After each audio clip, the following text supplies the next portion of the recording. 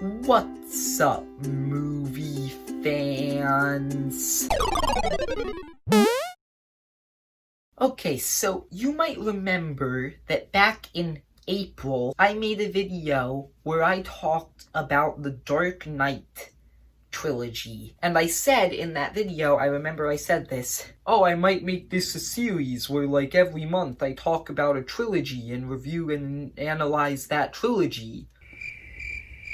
That was 4 months ago, and I haven't made another video in that series. Yeah, that didn't happen. I guess I should probably do that at some point. I'm gonna do it today. I'm going to talk about another trilogy, and I've been planning on making this video since the beginning of May, but I had a lot of other videos that came up that I wanted to do, like a May the 4th video, Battlefront 2 videos. I wanted to review a movie after like 400 years of quarantine, so I reviewed Artemis Fowl. I wanted to do a video with Friendly Templars, so I've just been doing a lot of other videos, so this one just got pushed back over and over again, but I'm finally going to do it. What I am doing today is I am reviewing another popular superhero trilogy, the Sam Raimi Spider-Man trilogy. A lot of people consider this trilogy to be one of the most influential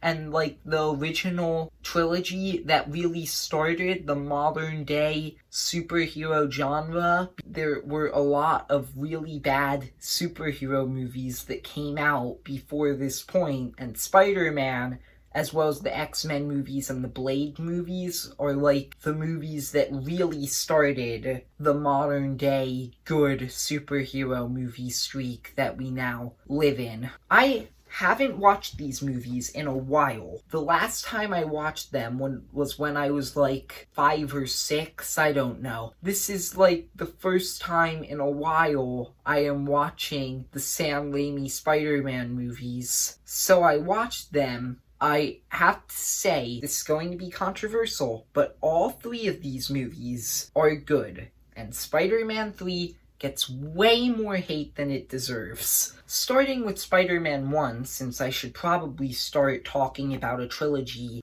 Spider-Man 1 is the movie in this trilogy that I have the least to say about. I like it, it's a good movie, not much to say besides that. I really want to get to 2 and 3, because those are the 2 movies that I think I should talk about more. But Spider-Man 1, it's still a good movie. And one thing that I do want to mention about this movie that I think is really cool, that I wish more superhero movies would do, is that this movie, the first act and like the first hour of it actually, is as much about Green Goblin as it is about Spider-Man. Throughout the entire first hour of this movie, it keeps going from these scenes establishing Peter or Spider-Man as a character, and these scenes establishing Norman Osborn or Green Goblin as a character, and it just keeps showing you their motivations, their lives, how they got their powers, everything, so that you now know the hero and you know the villain, and you're excited to see them confront each other.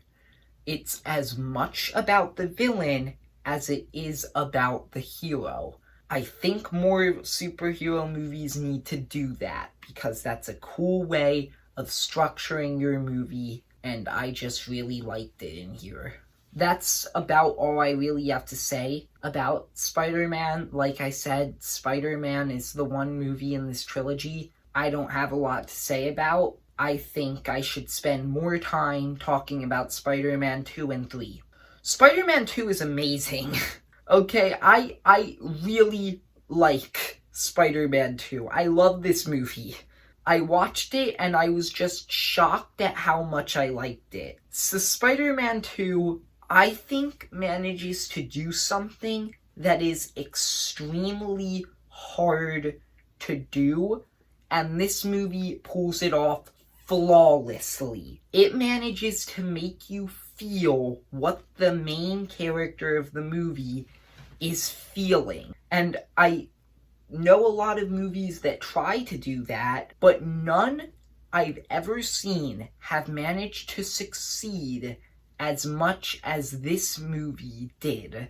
They really show you how hard it is for Peter to balance his normal life with his Spider-Man life. This movie, honestly, it's not really about Spider-Man.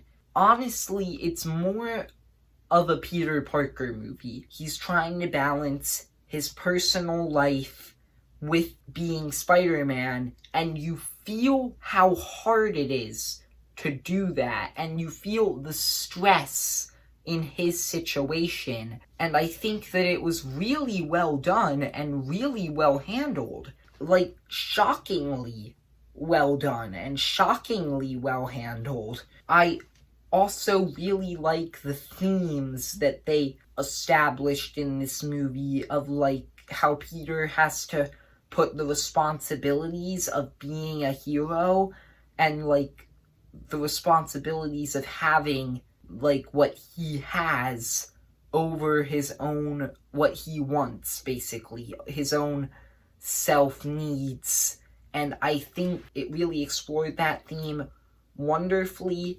I really liked what it did in this movie. If the first movie in the trilogy is the standard origin story, then I think that this movie did exactly what it needed to do. The second movie pushes its hero to his breaking point, and it shows, like, how he has to kind of deal with that stress in his life. He has to deal with having his superhero life and balancing it with his normal life. I think it was really done well. So Spider-Man 2 is easily the best movie in the trilogy for me, and I love it. I think it was a really, really good movie. Now, Spider-Man 3 is a movie that not everybody likes. Like, I feel like if you say to somebody, Spider-Man or Spider-Man 2 are good movies, like, 9 out of every 10 people will agree with you. Most people really like Spider-Man and Spider-Man 2. Spider-Man 3, I feel like only like 5 out of those 10 people will agree with you, possibly even less, because Spider-Man 3 is one of the most hated superhero movies in history, I think, and it does not deserve it. It just doesn't. And I actually like this movie. Just getting into the flaws the reason that a lot of people hate this movie, I am going to say this. These flaws that people have with this movie, they're right with most of them. Just getting into those flaws, there are like 4 main ones I think people have. 1, amnesia is not a good plot device in movies, and it is not used well here at all. Like, Harry just kind of loses his memories for when the plot needs him to, and then when the plot needs him to, he just randomly gets them back, and it's really stupid, not well handled. Flaw number 2 that people have with this movie, and this is my biggest complaint about this movie. This is one thing that I absolutely hate about this movie, and I think it could have been handled way better. The butler just walks in and tells Harry, oh, by the way, I've had this information for, like, how long between the first movie to this one? Like, maybe 5 years, possibly? I think that's, like, the time gap between those 2 movies. And this butler has had this information for all of that time that Peter didn't kill his father. He's had this information for all of that time and decided that the best time to tell him would be after Harry has, like, already going through amnesia, trying to kill his best friend, getting hit in the face with a grenade. He decided the best time to tell Harry was after all of that happened, What the heck? That's so stupid. I cannot defend that. That is really dumb, really big problem that I have with this movie. This is more of a nitpick, this next problem, but how did Sandman shoot Uncle Ben? Like, just because your partner runs into you, you pulled the trigger by accident? Like, that's not how nerves work. I don't know, that was really stupid. Fourth, and this is the biggest problem that people have with this movie, the thing that people hate the most, and the thing that people say to make it seem like this movie is really, really bad, it's trying to use too many plot lines at once. It's trying to do way too much. It has 3 villains instead of 1, like all the other movies in this trilogy has, and it's just trying to do way too much. A lot of people are going to think I'm crazy. That problem, at least in my opinion, is not valid to me. Just a lot of people are going to think I'm out of my mind here. But I actually think that even though it is trying to do way too much, it does everything it's trying to do as well as it could have. Like, if you had to put this many plot lines into this movie, it handles it surprisingly well. I don't think any of these plot lines are necessarily bad. Like, Peter going through relationship trouble with MJ, handled well. Peter's relationship with Harry, it was handled well. Peter with the symbiote, that was handled well. Sandman was handled well. This is a controversial thing to say. Eddie Brock and Venom were handled well. I think that it handled most of the things it was trying to do well. Now, did it make really dumb things while doing it, like emo Peter Parker, which is one of the most embarrassing sequences in comic book history? Yeah, it made some dumb decisions while doing it, but I think that that's a very small problem with this movie.